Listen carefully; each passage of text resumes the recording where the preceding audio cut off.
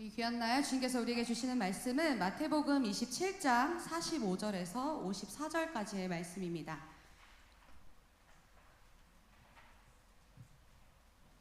다 찾으신 줄로 믿고 저 한 절 여러분 한 절 번갈아 하면서 교독하겠습니다. 제6시로부터 온 땅에 어둠이 임하여 제9시까지 계속되더니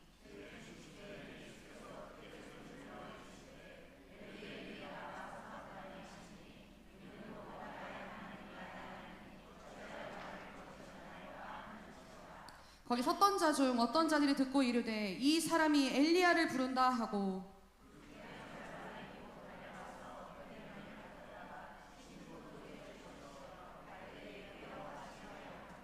그 남은 사람들이 이르되 가만두라 엘리야가 와서 그를 구원하나 보자 하더라.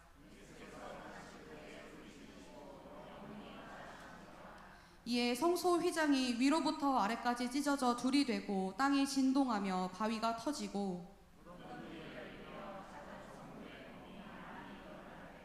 예수의 부활 후에 그들이 무덤에서 나와서 거룩한 성에 들어가 많은 사람에게 보이니라.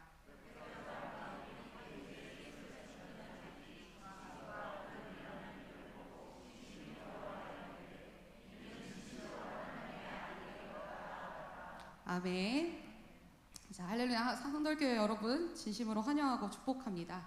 우리 이 시간 함께 좌우에 계신 분들을 바라보시면서 함께 인사 나눴으면 좋겠습니다. 한번 따라해 주시겠어요? 사랑합니다. 축복합니다.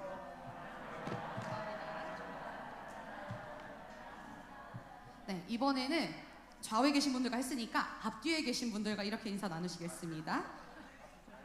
이미 다 하셨어요? 그러면 사방으로 다시 한번 인사 나누겠습니다. 저를 따라서 해주시겠어요? 우리의 만남이 우연인 줄 알았더니 하나님 안에서 필연이었습니다. 우리 함께 이렇게 인사 나눠볼까요? 우리 우연이 아니라 필연입니다. 그럼 한번 인사 나눠보겠습니다.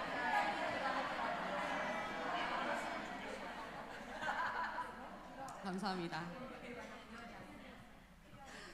네. 자, 오늘 말씀 본문 여러분 참 이 성경의 전체를 놓고 봤을 때도 사실 가장 클라이막스에 해당되는 어떤 부분입니다. 오늘 설교의 결론부터 먼저 말씀을 드리고 시작을 하자면 오늘의 본문은 성경을 다 통틀어도 비교할 수 없는 최고의 반전의 순간입니다. 바로 예수 그리스도의 십자가 사건인데요. 그런데 여러분 혹시 오늘 주보를 좀 살펴보셨을까요? 뭔가 이상한 부분이 있지 않으십니까? 제목이 조금 이상하죠? 십자가를 논하는데 실패를 논하고 있습니다. 뭔가 이상하지 않습니까? 이 설교의 제목이 오늘 실패의 십자가인 이유는 이 십자가를 바라보고 있는 존재가 누구인지, 오늘 이 설교가 누구의 관점에서 이어지는지에 달려 있습니다. 자, 여러분께 한 가지 질문을 드리고 싶습니다. 저희 중고등부는 아이들한테 이렇게 질문을 굉장히 많이 던지는데요. 여러분께도 오늘 동일하게 질문을 좀 던지고 싶습니다. 오늘 본문에 나오는 인물이 누가 있을까요? 예수님, 또 누가 있죠? 엘리야? 엘리야요? 네, 또 백부장, 또 많은 사람들이 있습니다. 무리도 있고 예수님을 따르던 군중들도 있고 백부장도 있었고 군병들도 있었을 것인데 사실 이 본문 안에는 우리 눈에는 보이지 않지만 분명히 존재하는 어떤 존재가 있습니다. 바로 마귀 사탄입니다. 그래서 오늘 조금 파격적으로 여러분과 함께 이 마귀의 입장에 이입해서 함께 말씀을 나눠보고자 합니다. 그래서 여러분은 지금 어떤 입장에 이입하신다고요? 마귀 사탄, 죄송합니다. 마귀에게 몰입해서 오늘의 설교를 들어주셨으면 좋겠습니다. 자, 우리 사랑하는 마귀 사탄 여러분. 우리에게는 아주 오래전부터 싫어하던 어떤 존재가 있었습니다. 그의 이름은 바로 여호와 하나님입니다. 사실 우리 마귀들과 하나님의 사이는 이렇게까지 나쁘지 않았습니다.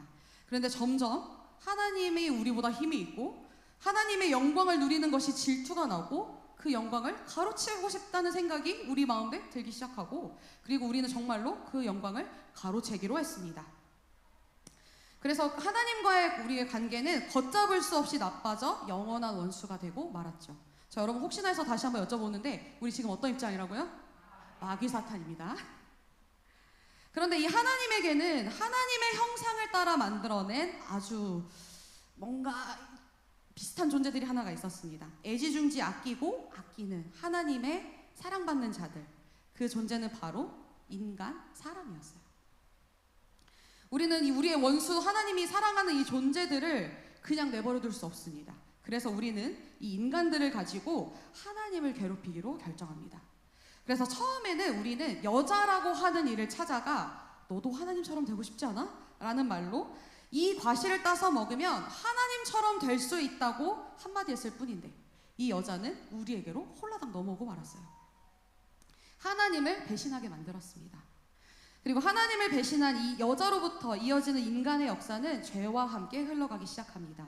자신의 형제를 죽이는 사람이 있었는가 하면 동성 간의 부끄러운 일을 아무렇지 않게 버리기도 하고 여호와 하나님의 이름을 버리고 다른 신들 만들어 경배하기도 합니다. 점점 더 악하고 잔인하고 부끄러운 행위와 죄악들이 인간의 삶에 가득하게 됩니다. 사실 우리에게는 너무나도 기쁘고 즐거운 일이 벌어지기 시작하고 있습니다.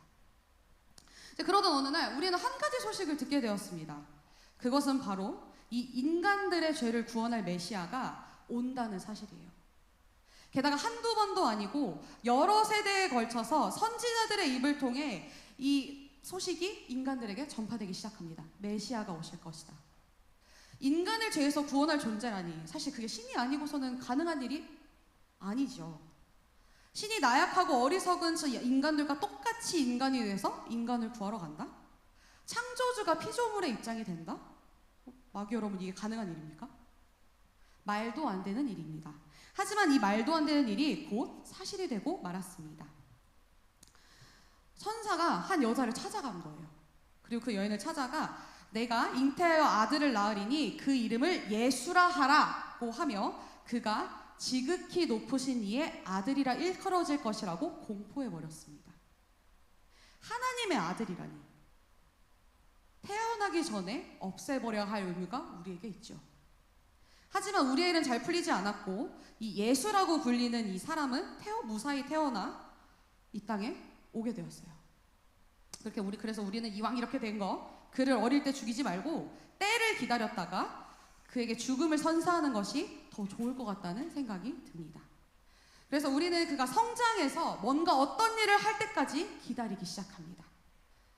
그러던 중에 이 예수라고 하는 이가 40일이나 먹지도 않고 마시지도 않고 잠도 제대로 자지 않아서 약해질 대로 약해진 어떤 순간을 우리는 목격하게 됩니다. 심지어 광야에 있어요. 모든 인간은 나약해진 순간에 유혹에 넘어갈 수밖에 없으니 이 예수도 우리에게 넘어갈 수밖에 없습니다. 그래서 우리는 찾아가 그를 시험하죠. 그러나 예수는 주 너의 하나님을 시험하지 말라며 주 너의 하나님께 경배하고 다만 섬기라며 이 시험을 넘어가고 맙니다. 여러분, 자존심 상하지 않습니까? 어떤 인간은 너 하나님처럼 될 수 있어라는 말 한마디에 하나님이 먹지 말라고 한 열매를 따먹고 우리에게 넘어왔는데 예수는 영광을 준다고 하더라도 우리에게 넘어오지 않습니다. 인간의 배신으로 인간의 역사가 너무너무 재밌게 흘러왔는데 이 예수는 우리에게 넘어오지 않아요. 정말 자존심 상하는 순간이었습니다. 그래서 우리는 처음 계획대로 그가 가장 영광스러운 순간에 그를 죽이기로 마음먹었습니다. 자, 여러분 다시 한번 짚고 넘어갈 거는 우린 지금 어떤 입장이라고요? 마귀 사탄입니다. 자, 예수의 이름은 날마다 멀리 퍼져나가기 시작합니다. 그 예수라고 하는 이와 함께하는 이가 최측근만 12명이고 물고기 조금하고 떡 몇 조각을 함께 나눠 먹은 인간이 5,000명이 넘었습니다. 예수는 이 시대의 슈퍼스타가 되었어요. 예수를 따르는 인간이 많아지면 많아질수록 그의 나락으로 떨어지는 그 순간이 우리에겐 너무나도 짜릿할 테니 우리는 계획되고 대로 있음을 너무나도 기뻐하고 있죠. 그러니 우리는 역사적인 그의 죽음을 준비해야만 합니다. 하나님을 경외하는 자들의 손에 하나님 자신이 죽임을 당하면 이 얼마나 재미있는 일이 되지 않겠어요? 그래서 우리는 그 극적인 죽음을 위하여 하나님을 경외하는 자들의 마음을 충동해 놓고 그들에게 예수는 신성 모독자요 하나님의 아들이라 사칭하는 사칭범으로 만들어 버렸습니다. 이제 언제든 때가 되면 예수는 죽을 겁니다. 이렇게 딱 보는데 또 12명 중에 또 괜찮은 인간이 또 있어요. 돈을 너무너무 사랑하는 인간이 한 명 보입니다. 그러니 이 돈을 사랑하는 이 사람이 예수를 팔아넘기면 어떨까? 예수님의 오른팔 역할을 자처하고 있는 이 인간이 예수를 모른다고 부인하면 어떨까? 너무 재밌는 상황이지 않을까요? 하나님이 인간에게 또다시 배신을 당한다? 그래서 우리는 그의 제자들이 그를 팔고 그를 부인하도록 충동하게 만들었습니다. 예수는 그가 사랑한 인간들에 의해 팔렸고 모르는 사람이라고 부인당했고 강도만도 못한 대우를 받게 되었습니다. 예수는 모두에게 버려졌습니다. 예수가 모두에게 버려진 순간을 계속해서 지켜보니 역시 인간은 악독하게 그지없죠. 재판이 끝난 예수에게 수치스러운 모욕과 저주를 퍼부는 인간들이 너무너무 많습니다. 심지어 인간들은 정신적인 폭력뿐만 아니라 육체적인 폭력도 가하기 시작합니다. 채찍으로 때리고 무거운 나무를 지고 올라가게 하며 이미 넝마같이 몸이 다 상한 예수를 학대하듯 데리고 갑니다. 이제 예수는 자기가 죽을 언덕을 향하여 나무를 지고 올라가고 있습니다. 자, 여러분, 여기까지의 상황을 우리가 지켜볼 때 우리 사랑하는 마귀 여러분 어떤 생각이 드십니까?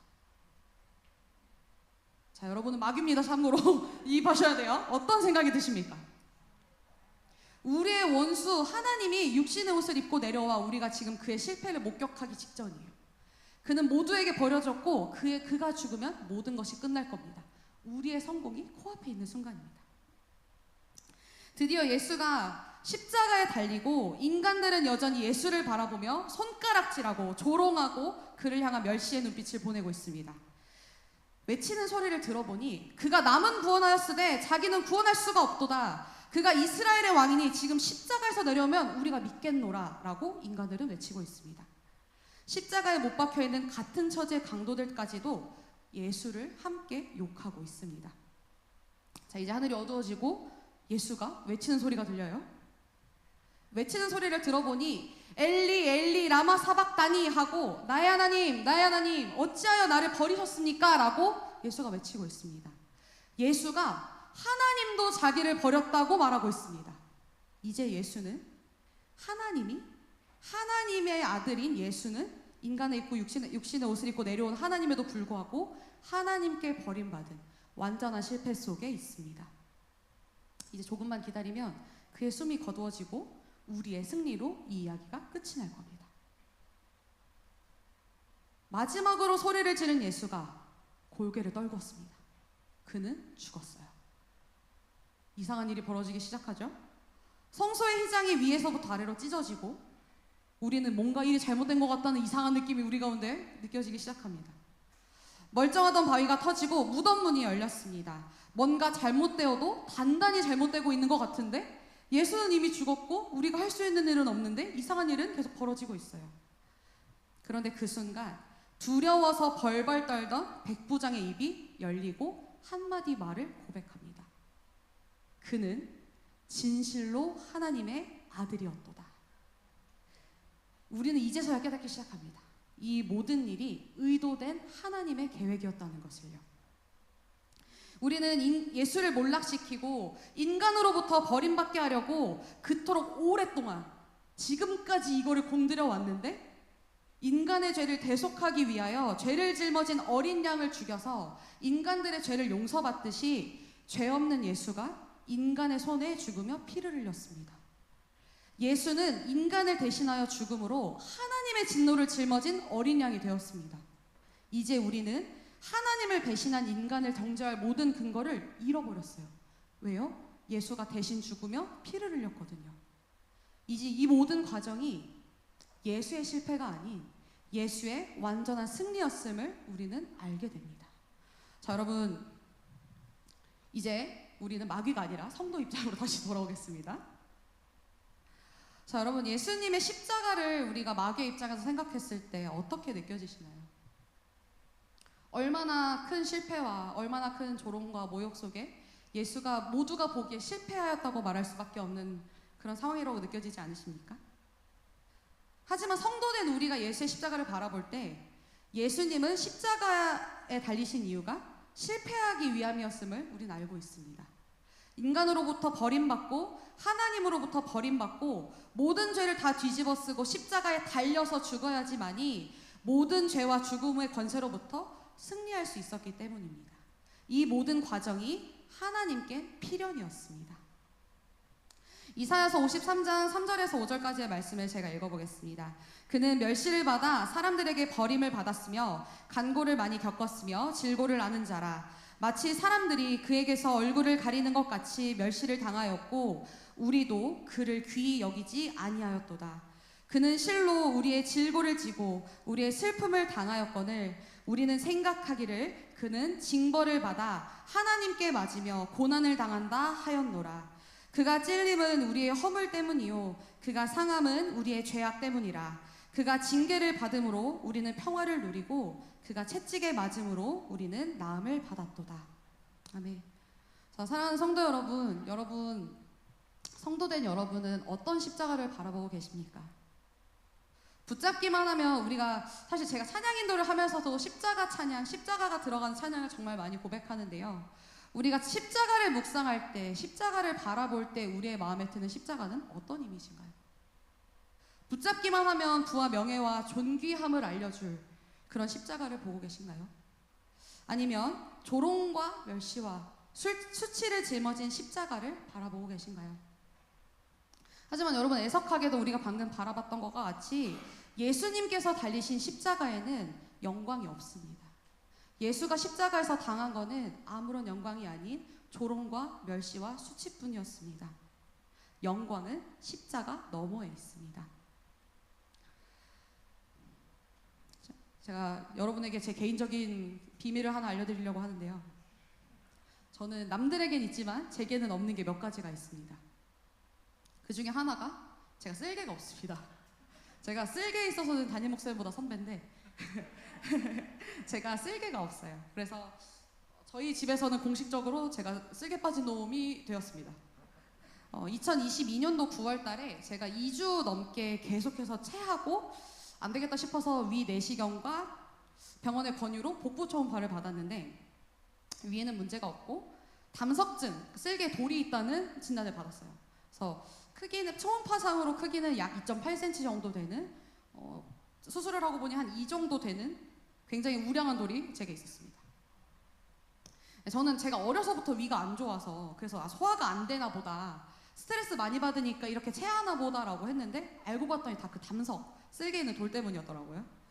그래서 언제든 병원에서는 윗배가 아프면, 이 오른쪽 윗배가 아프면 바로 병원에 뛰어가셔라 라고 조언을 해주셨고, 그해 12월에 오른쪽 윗배에 너무나도 강한 통증으로 큰 병원을 찾아갔어요. 정확한 파악을 위해서 이틀 뒤에 CT를 찍었는데 그때 제가 느꼈던 통증은 이 돌이 쓸개에서 딱 빠져나가는 담관을 막아서 쓸개가 부어오른 거예요. 얼마나 부어올랐냐면 갈비뼈를 밀 정도로 부어올라서 여차하면 터질 수도 있는 그런 위험한 상황이었습니다. 며칠 사이에 근데 다행히 이 통증은 가시고 돌이 움직여서 쓸개도 정상적인 크기로 돌아왔는데 저는 위경련을 계속 겪으며 거의 바닥을 굴러다녔었습니다. 정상적인 크기로 돌아왔지만 의사의 소견은 관리를 잘한다면 수술을 늦게 할 수도 있지만 언제든 문제를 일으킬 수도 있으니 가급적 빨리 수술을 하셔라. 그러니까 이게 무슨 말이냐면 네가 결정해라 라는 뜻이었어요. 문제 있을 수도 있고 괜찮을 수도 있는데 맘대로 해라, 약간 그런 느낌이었죠. 그래서 저는 그 당시 제가 29살이었는데 이 기능을 하고 있는 장기를 20대 나이에 떼는 게 맞나? 라는 생각이 들어서 뗄까 말까의 선택지에서 저는 말까를 선택하고 안 떼기로 했어요. 그리고 2주 뒤에 또다시 위경련으로 굴러다녔습니다.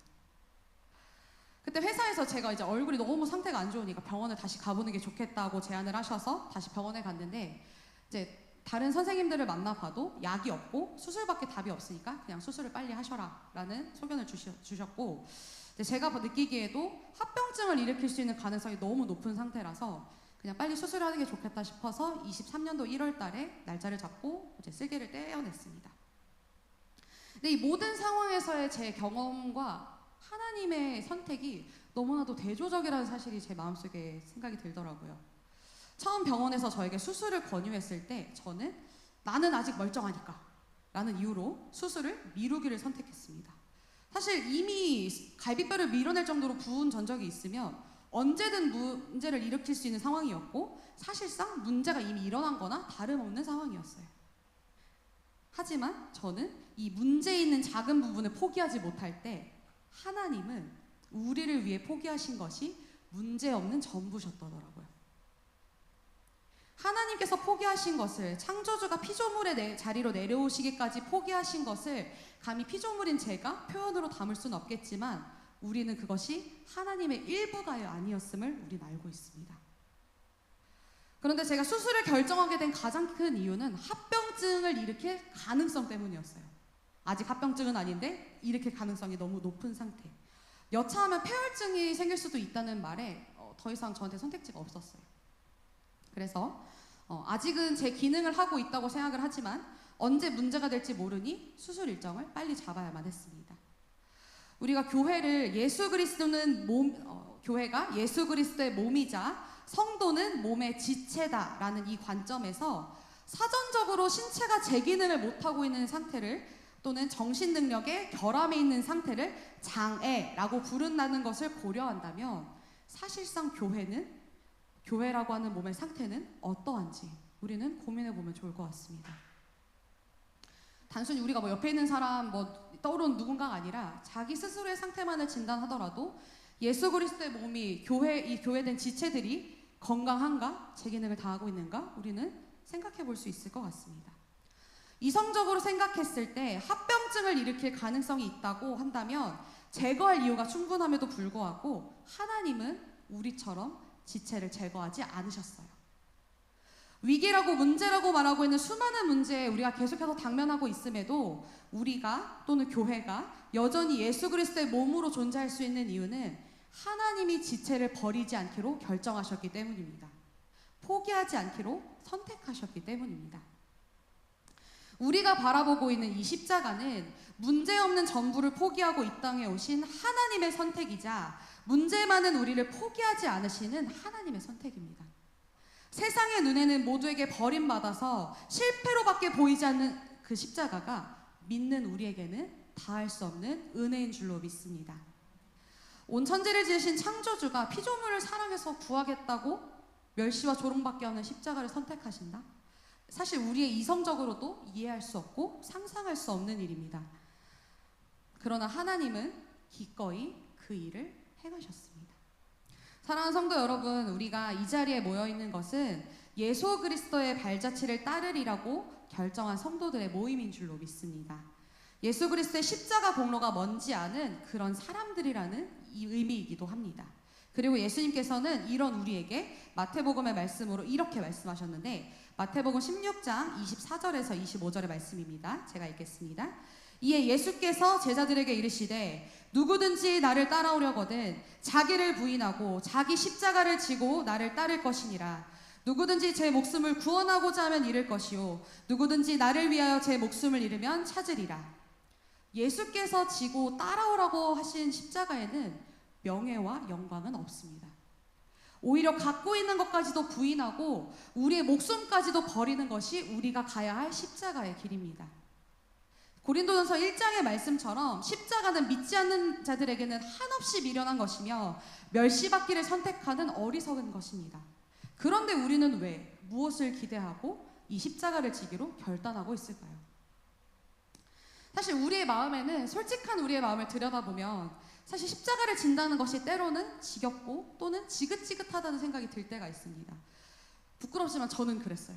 저는 그랬습니다. 저는 이름 없이 빚도 없이 산다고? 나는 하고 싶은 게 너무 많은데 내가 받고 싶은 영광이 내가 갖고 있는 재능이 이렇게 많은데 내가 그렇게? 라는 십자가를 지기를 꺼리고 제가 그 이름도 없는 빚도 없는 그 자리를 걸어간다는 게 저는 굉장히 지겨웠어요. 그러나 예수님의 십자가를 바라보니 예수님은 완벽하게 승리하기 위해서 완전히 실패하셨습니다. 예수님은 우리가 지긋지긋하게 여기는 십자가를 지겹게 여기는 우리마저도 구원하기 위해서 완벽하게 실패하시기를 선택하셨습니다. 다른 사람들은 어리석다 말하고 미련하다고 말하는 그 십자가에 기꺼이 달리셨습니다. 예수께서 우리를 위하여 죽으심은 휘장이 찢어지고 하나님과 하나됨을 허락하는 과정이었습니다. 공중권세 잡은 자 마귀를 무력화하시고 승리하심으로 우리에게 완전한 자유가 주어진 것입니다. 에베소서 말씀을 보니 그는 허물과 죄로 죽었던 너희를 살리셨도다. 그때 너희는 그 가운데서 행하여 이 세상 풍조를 따르고 공중의 권세 잡은 자를 따랐으니 곧 지금 불순종의 아들들 가운데서 역사하는 영이라. 전에는 우리도 다 그 가운데서 우리 육체의 욕심을 따라 지내며 육체와 마음에 원하는 것을 하여 다른 이들과 같이 본질상 진노의 자녀이더니 긍휼이 풍성하신 하나님이 우리를 사랑하신 그 큰 사랑을 인하여 허물로 죽은 우리를 그리스도와 함께 살리셨고 또 함께 일으키사 그리스도 안에서 함께 하늘에 앉히시니 이는 그리스도 예수 안에서 우리에게 자비하심으로써 그 은혜의 풍성함을 오는 여러 세대에 나타내려 하심이라. 너희는 그 은혜에 의하여 믿음으로 말미암아 구원을 받았으니 이것은 너희에게서 난 것이 아니요 하나님의 선물이라. 아멘. 믿지 않는 자들에게는 미련해 보이고 완전한 실패로 보이는 것이 바로 십자가입니다. 그러나 십자가 위에서 예수의 실패가 곧 죄와 사망의 권세를 완전히 이긴 승리였다는 것을 아는 우리에게는 십자가는 곧 하나님의 사랑이며 능력입니다. 만일 예수의 십자가를 함께 지고 이 뒤를 따라가는 우리가 적당히 타협하며 이 땅에서 영광을 누리기를 선택한다면 십자가는 세상이 바라보고 있는 실패와 다를 바가 없을 것이에요. 사랑하는 여러분, 모든 것을 이기신 예수님은 적당히 실패하지 않으셨습니다. 예수는 조금도 타협하지 않으시고 하나님과 인간에게 철저히 버림받은 죄인의 신분에서 조롱과 멸시 속에 죽으셨습니다. 그리고 그는 완전히 실패함으로 완전히 승리하셨습니다. 우리 가운데 십자가 지기를 꺼려하시는 분이 있다면, 예수를 위해 손해보기가 아까우신 분이 있다면 함께 담대한 마음으로 나아갔으면 좋겠습니다. 예수께서 세상을 이기셨기 때문입니다. 우리는 세상을 이긴 예수와 함께 십자가 여정을 걸어가고 있는 사람들입니다. 우리가 마침내 영광스러운 그 자리에 서기까지, 하나님과 함께, 예수와 함께 그 영광스러운 자리에 서기까지 포기하지 않고 이 믿음의 여정을 해내는 우리 모두가 되기를 소망합니다.